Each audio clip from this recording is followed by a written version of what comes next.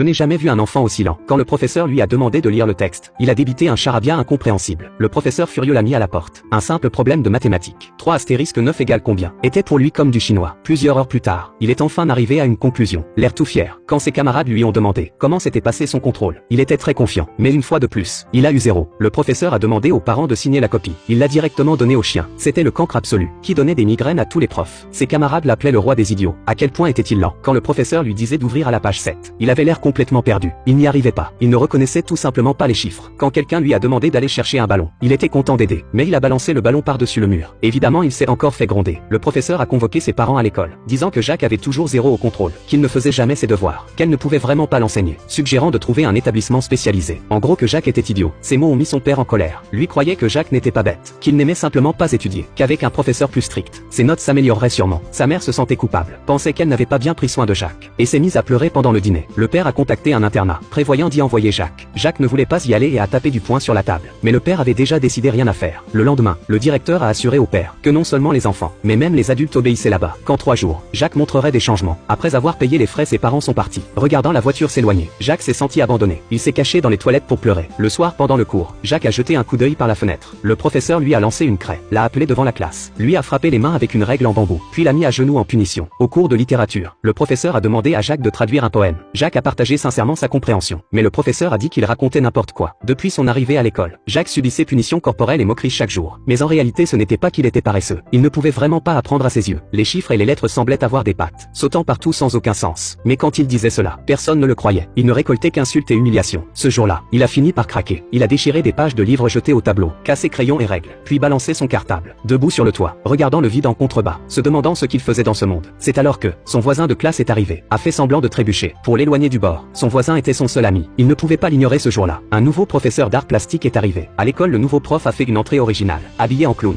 Il a roulé dans la classe, faisant rire tout le monde.